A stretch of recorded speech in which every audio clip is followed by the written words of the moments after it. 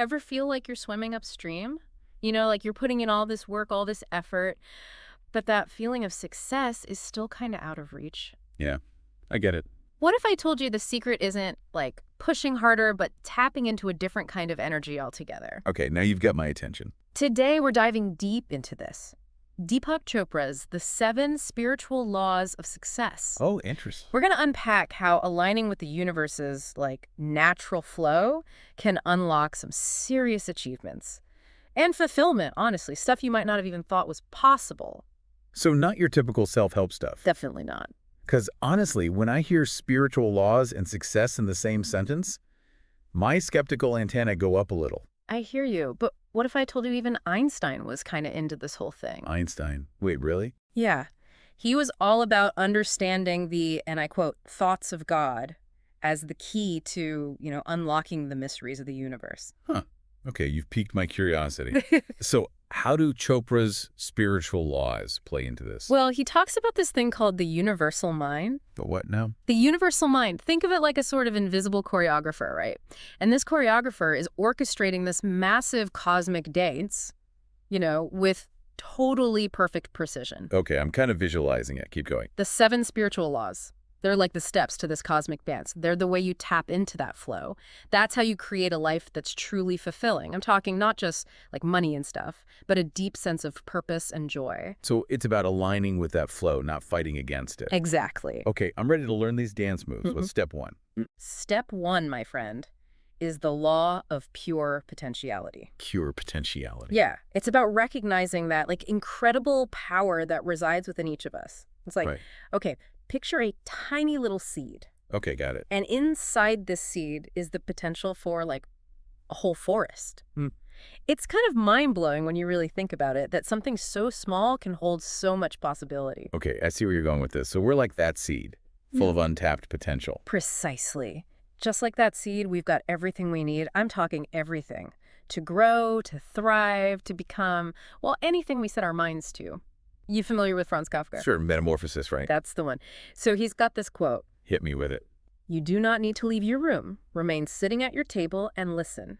Powerful, right? I always love that one. It's a good one. It perfectly illustrates this whole principle, this whole idea of pure potentiality. So we quiet the noise of our minds, and we simply listen. The world, it kind of just falls at our feet, all its abundance and wonder, It's like Chopra says, it has no choice. It will fall at your feet in ecstasy. There's a certain poetry to that, isn't there? Definitely. But in our world, with all its distractions, finding that stillness, Yeah, I get it. it can feel impossible. For sure. So how do we even begin to tap into this field of pure potentiality? Well, it's not always easy, but it's definitely possible. Chopra, he offers some pretty practical tools. Like what? One of the most powerful is actually silence. Silence. You're not suggesting we all turn into monks and live in a cave. Right. No, not at all. Even just carving out a few minutes each day can be really powerful. I'm talking about disconnecting from the digital world for a bit. Find a quiet space, close your eyes, and just be present. I don't know, that sounds kind of hard. Like my to-do list is calling. That's probably a good sign that you need it then. You're probably right. I'm just saying. So, silence. What else? Meditation. Okay, full disclosure, I've tried those meditation apps. You know the one. Yeah, I've dabbled with them. But I always end up thinking about a million things. Did I take the trash out? What am I making for dinner? Tell me about it. It's like my brain sees meditation as a challenge to think of even more random stuff. Exactly. So enlighten me here. Yeah. What's the real deal with meditation? How does it connect to this whole pure potentiality idea? Well, it's not about emptying your mind completely, that's for sure. He's good luck with that. Right. It's more about noticing those thoughts, those mental patterns, but not getting swept away by them. Almost like watching a movie. Kind of. You're aware of the thoughts, but you're not letting them totally suck you in. It's about creating that little bit of space between, you, the observer, and that constant chatter of your mind. So it's like hitting the pause button on that mental noise. Exactly. And in that pause, in that space, that's where you can connect with something deeper. That's the field of pure potentiality. It's that wellspring of creativity and, honestly, infinite possibilities that we all have within us. Wow. Okay, when you say it like that, it sounds kind of amazing, but this field, it's not like it's separate from us, Yeah. right? It's not out there somewhere. That's the really cool part. It's not separate at all. It's our very nature. We are that pure consciousness, Okay, my mind is officially blown. right? It's a lot to take in. It is. So, meditation, how does it actually help us access this field? Is it like a mental muscle we're working out or something? You got it. It's like training your attention. So even if it's just for a few minutes each day when we meditate, we're flexing that attention muscle. We get better at focusing, being present, and tapping into that deeper awareness. Okay, that makes sense. So, silence, meditation, anything else we can do to tap into this pure potential? Oh, yeah, for sure. Chopra talks a lot about the importance of non-judgment. You know, that inner critic we all have. Yeah. The one that's always evaluating, comparing, finding fault. Ugh, don't even get me started on my inner critic. Right. It's like that constant static on a radio station, Mm-hmm. interfering with our connection to that field of pure potentiality. So, how do we quiet that voice? Any tips? Awareness is key. Just noticing those judgmental thoughts without attaching to them. Easy to say. But you can visualize it like watching clouds drift by. You see them, you acknowledge them, and then poof, you let them go. I like that. Just let them float on by. Exactly. And another thing that can really help quiet that inner critic, spending time in nature. Oh, there's something about being in nature, right? It just kind of shifts your perspective. All those little worries, they kind of fade away. It's true. Nature reminds us of our connection to something so much bigger, something so much more expansive than our everyday worries. And speaking of connection, that's a perfect segue into our next law, the law of giving. The law of giving. Okay, hold on a sec. If I'm trying to, like, achieve things, shouldn't I be focused on getting things, not giving them away? I know, right? Sounds a little backwards. But it goes back to that whole idea of the universal mind.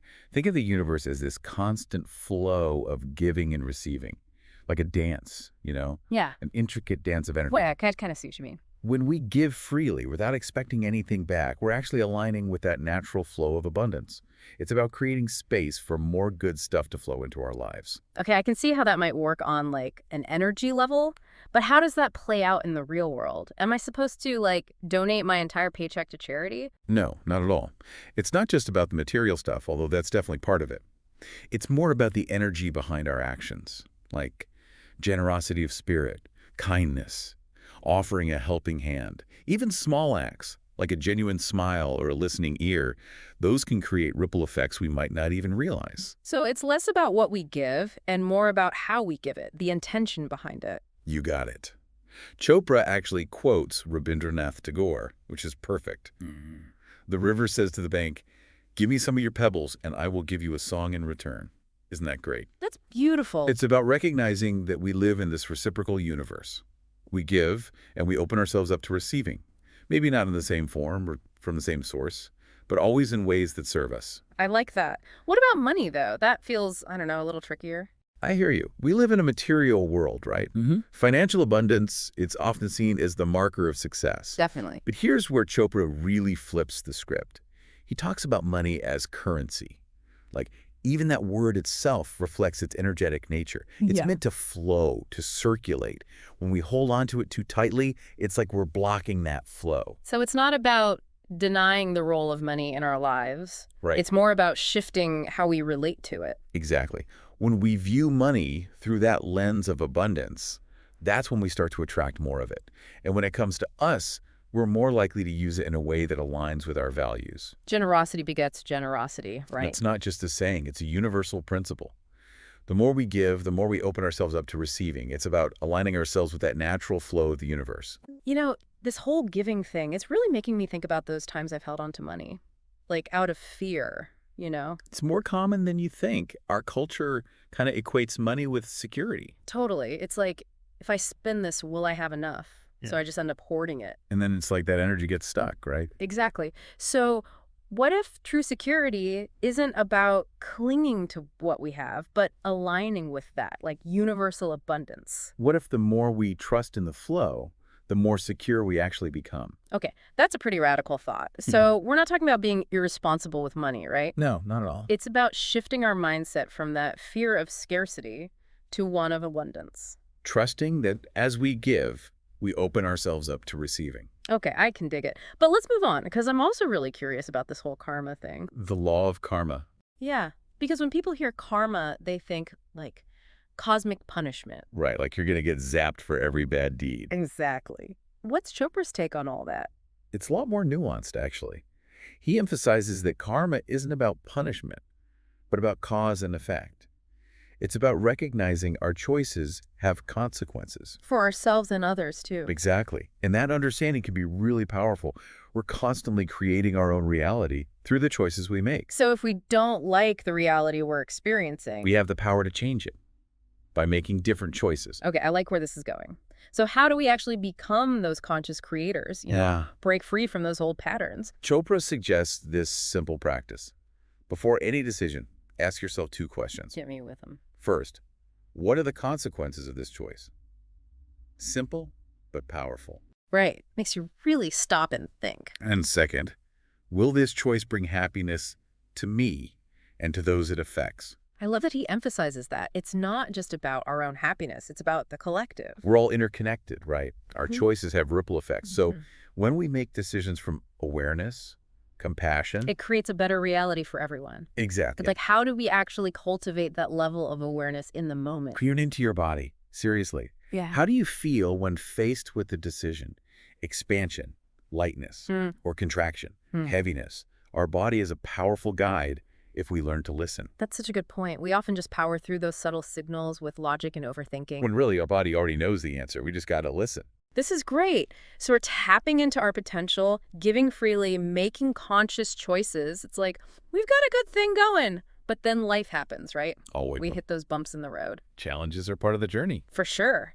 So how do we navigate those tougher times with, a little more grace and ease? That's where the law of least effort comes in. Least effort. Yep. Okay, I'm intrigued. Doesn't sound like my usual MO. Right. It's often misunderstood. People think it's about being lazy. Right, slacking off. But it's the opposite. It's about aligning with that natural flow of the universe. Yeah. Working smarter, not harder. Sign me up for that. How Yeah. do we actually do that? Chopra breaks it down into 3 principles. Yeah. Acceptance, responsibility, and defenselessness. Okay, let's unpack those. Acceptance, let's start there. Acceptance is all about embracing the present moment. No resistance. It means letting go of that need to control every little thing, trusting that whatever challenges come up, they're there for a reason. Easier said than done, am I right? Totally. It's a practice. But it doesn't mean being passive. It's recognizing that fighting reality only creates more suffering. Acceptance creates space for peace, for clarity. And from that space, we can respond to challenges more effectively. So it's not about giving up, it's about approaching challenges with, like, a different energy. Exactly. What about responsibility? What comes to mind when you hear that word? Well, not blaming myself, for starters. There you go. It's not about blame. It's about recognizing we have a choice in how we respond to any situation. It's a shift from, why is this happening to me, to, what can I learn from this? Taking back our power. I like it. And that leads us to the 3rd principle, defenselessness. Defenselessness. Okay, in a world that often feels like survival of the fittest, that sounds kind of, I don't know, Risky. a little. It's about letting go of the need to defend our egos, our beliefs.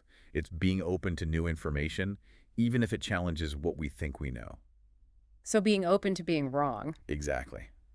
That's where the growth is. This whole idea of effortlessness is really resonating with me. It's about working with life, not against it. But it takes a lot of trust, doesn't it? Trusting that it'll all work out. It does. It requires surrender, letting go of that tight grip on control, trusting that the universe, it kind of has our back. And that can be scary, but it could also be incredibly freeing. So we're letting go of the oars, trusting the river will carry us. And sometimes to even better places than we imagined. Which brings us beautifully to the law of intention and desire. Okay, so we're still setting an intention, a direction we want to go. We've just got to loosen our grip on the oars a bit. Exactly. Intention is a powerful force. It's the starting point. But it's not about forcing outcomes. It's more like setting the GPS. I like that. But then we got to relax, enjoy the ride. And trust that the GPS will get us there, even if we hit a few detours along the way. Because there are always detours. So we set our intention, we get clear about what we want, but then... Surrender to the journey. Okay, that's the scary part for me. What if my desires aren't what's best for me? What if I'm accidentally steering myself towards an iceberg? Those are great questions. And they highlight the difference between desire and attachment.